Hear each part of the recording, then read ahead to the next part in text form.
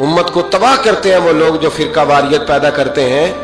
لیکن آپ کو بتاؤں جس جماعت سے آپ کا تعلق ہے نا اس جماعت کی امت مسلمہ کو ضرورت ہے.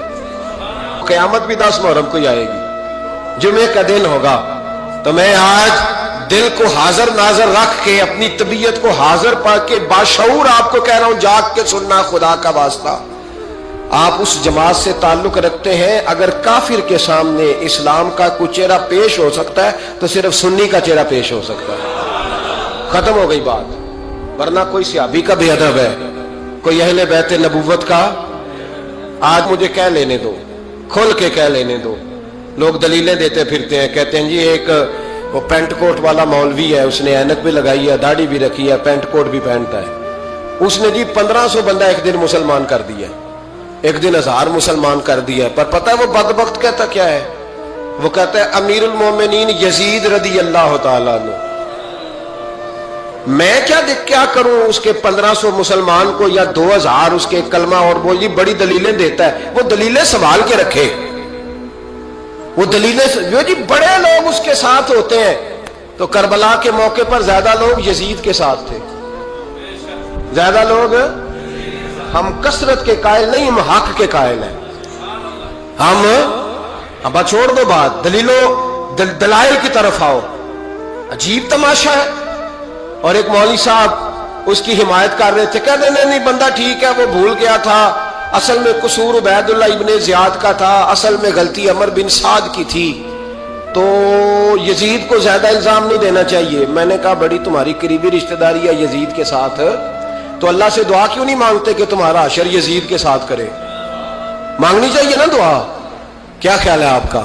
ہم الحمدللہ جمعے والے دن مسجد میں بیٹھ کے دعا کرتے ہیں, یا اللہ ہمارا حشر امام حسین کے غلاموں میں کرنا. تو بھی کرنا, جرت کر, جرت. ہماری جرت دیکھ, ہم یہ نہیں کہتے ان کے ساتھ کر, ہم کہتے ہیں یا اللہ ہمارا حشر ان کے. ہماری جرت دیکھو, ہم ان کے غلاموں میں, قدموں میں, نوکروں میں بیٹھنے کو دعا مانگ رہے ہیں, یا اللہ ہمارا ان کے غلاموں میں, غلاموں کے. تو بھی جرت کر دلیری, کر جرت, کہ یا اللہ میرا حشر یزید کے ساتھ کر دلیری. اگر اتنا ہی اچھا تھا تو بے شرمو اتنا ظلم نہ کرو, اتنی زیادتی, اتنا ظلم نہ کرو. یہ ظلم ہے.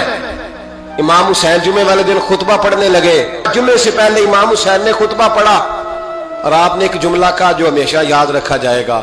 آپ نے فرمایا یزید کو جا کے بتا دو کہ مجھ جیسا تجھ جیسے کی بیعت نہیں کر سکتا. او کیا فکرہ ہے امام علی مقام کا. فرمانے لگے مجھ جیسا تجھ جیسے کی بیعت. اور آپ فرمانے لگے بتاؤ اس وقت پوری دنیا میں کوئی نبی کا نواسہ موجود ہے میرے سوا؟ حضرت آدم سے لے کر مصطفیٰ کریم تک اس وقت پوری دنیا میں کوئی نبی کا نواسہ ہے؟ اور فرمایا اگر میں ہی ہوں پوری کائنات میں. لوگ کہتے ہیں فلانا علامہ صاحب کی تبلیغ بڑی ہے. ہم سے بڑا کون ہوگا تبلیغ کی بات کرنے والا؟ لیکن ڈرو اللہ سے, ڈرو, گمراہ نہ کرو قوم کو. یہاں تباہی اتر گئی ہے, کوئی بڑی داڑھی رکھ کے معاذ اللہ تعالیٰ اہل بیت کے بارے میں بکواس کرتا ہے, اور کوئی بالکل داڑھی مڈا کے ننگا سر کر کے ممبروں پہ ناچتا ہے اور صحابہ کے بارے میں بکواس کرتا ہے. میرے مصطفیٰ کے پاس اگر ابو بکر آئے ہیں تو وہ بھی شان والے ہیں, اور اگر بی بی عائشہ صدیقہ ان کے بستر پہ رہی ہے تو وہ بھی شانوں والی ہے. مولا علی شیر خدا کے بارے میں جو بات کرے پکا بے ایمان ہے. عجیب تماشا لگ گیا ہے جی. جو رب نبی پاک کے جسم کے قریب مکھی نہیں آنے دیتا, وہ گندا بندہ حضور کے قریب آنے دیتا ہے؟ عجیب تماشا ہے. امت کو تباہ کر رہے ہو, کافر کو موقع دے رہے ہو یہ کہنے کا کہ تمہارے نبی کے پاس بیٹھنے والے ٹھیک نہیں تھے. اگر حضور کے پاس بیٹھنے والے ٹھیک نہیں تھے تو بعد والے کیسے ٹھیک ہو گئے؟ تو یہ باز آنا چاہیے ان بے شرموں کو. یہ امت میں تفرقہ ڈالتے, بے حیائی کرتے. سنو اور یاد رکھو, حضرت امام حسین نے خطبہ پڑھا نا جب جمعے والے دن, فرمایا مجھے پہچانو تو میں کون ہوں؟ تو عمر بن سعد بولا, پکے نمازی بولے. عمر بن سعد کہنے لگا حسین جلدی کر, ہمارا جمعہ لیٹ ہو رہا ہے. بلے ہو نمازیو, جلدی کر ہمارا. آئے ہائے کیا نماز ہے. یعنی نبی پاک کے نواسے کو شہید کریں گے اور شہادت کے بعد جمعہ پڑھیں گے اور نماز میں کہیں گے اللہم صلی علی محمد و علی آل محمد. ان کو شہید کر کے قتل کر کے جمعے کا خطبہ دیا جا رہا ہے اور نماز پڑھی جا رہی ہے اللہم صلی علی محمد وعلی. تو میرا سنی بڑا بھولا ہے، کہتا ہے جی وہ زیادہ نمازیں پڑھتے ہیں. تو زیادہ نمازیں تو عمر بن سعد بھی پڑھتا تھا. تو بھولا او خدا کے دیکھے نا، جتنی نماز کی اخلاق کی بات شاید میں کرتا ہوں، آپ کو جماعت میں کم لوگ ملیں گے، لیکن یاد رکھنا نماز عقیدہ نہیں، روزہ عقیدہ نہیں. عقیدہ حسین ہے، عقیدہ حسن ہے، عقیدہ علی ہے، عقیدہ عثمان غنی ہے، عقیدہ عمر فاروق ہے. میں اس شخص کو کیا کروں؟ مجھے اس شخص کی کیا ضرورت ہے جو ممبر پہ بیٹھ کے کہتا ہے حسین ابن علی باغی تھے؟ وہ شخص، اس کی نماز روزہ حج زکات دیکھا جائے گا. آؤ قرآن مجید سورہ شورا آیت نمبر 23، گھر جا کے قرآن مجید کھولو، یہ والی آیتیں بھی پڑھا کرو، یہ والی بھی کھولا کرو. صحابہ جمع ہو کے نبی پاک کے پاس آئے، عرض کی یا رسول اللہ صلی اللہ علیہ وسلم آپ کے خرچے زیادہ ہیں، آمدن کا ذریعہ کوئی نہیں. جس طرح آج لوگ ہر پیر صاحب سے نہیں پوچھ رہے، علامہ صاحب سے، کہ آپ کام کوئی نہیں کرتے، کپڑے پھر بھی سفید پہنتے ہیں، کیا ذرائع آمدن ہے، پھر بھی آپ گاڑی میں گھومتے ہیں. ہمارا تو پروگرام تھا مولوی بھوکا مر جائے، پر اس کے پاس آتے ہیں تو یہ تازی چائے پلاتا ہے. کیا مطلب، کس طرح کا رویہ ہے؟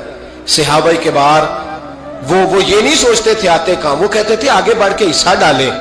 وہ سارے آگے بڑھے، کہا یا رسول اللہ صلی اللہ علیہ وسلم اخراجات زیادہ ہیں، ذرائع آمدن بظاہر کوئی نہیں. نذرانوں پہ اعتراض نہ کیا کرو، نذرانہ دینا نبی پاک کی سنت ہے، نذرانہ قبول کر لینا نبی پاک کی، بولو، حضور کی سنت ہے. تو صحابہ جمع ہو کے آئے، ایک جگہ پہ میٹنگ کی، کہا تھوڑے سے پیسے ہر مہینے پیش کریں گے. تو حضور سے بات کون کرے گا پیسوں کی؟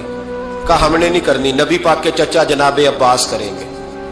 حضرت عباس رضی اللہ تعالیٰ عنہ کے ذمے لگایا گیا. جناب عباس آئے، حضرت عباس رضی اللہ تعالیٰ عنہ پیسے لے کے آئے، اور سیانے بندے تھے، انہوں نے بڑی سمجھداری والی، عقل مندی والی بات چھیڑی. یہ نہیں کہا کہ حضور ہم یہ نذرانہ دیں گے. کہنے لگے یا رسول اللہ ہمیں پتہ ہے آپ کی مذہبی مصروفیت اتنی ہے کہ آپ کو ٹائم نہیں ملتا کاروبار کرنے کا، اگر آپ کام کریں گے تو پھر آپ کس طرح کر کے دین کا کام ہو سکے گا. اور یا رسول اللہ آپ نے جو ہمارے لیے کیا ہے اس کا ہم بدلہ نہیں دے سکتے، ایک حرف کا بدلہ نہیں دے سکتے. حضور یہ تھوڑا سا نذرانہ ہر مہینے لایا کریں گے، قبول کر لیں.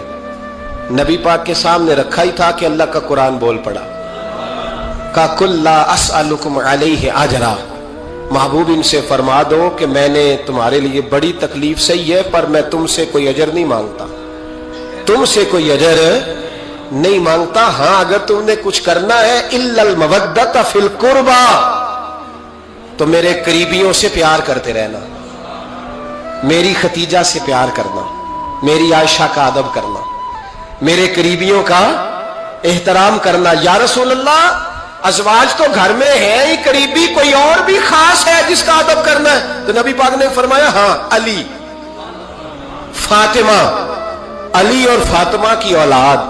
فرمایا ان کا ادب کرتے رہنا، اس کا مطلب یہ ہوگا کہ تم نے میرے ساتھ بڑا ہی اچھا سلوک کیا ہے. کہا ان کا ادب کرنا، جناب علی، سیدہ فاطمہ اور دونوں کی ان کا ادب کرنا.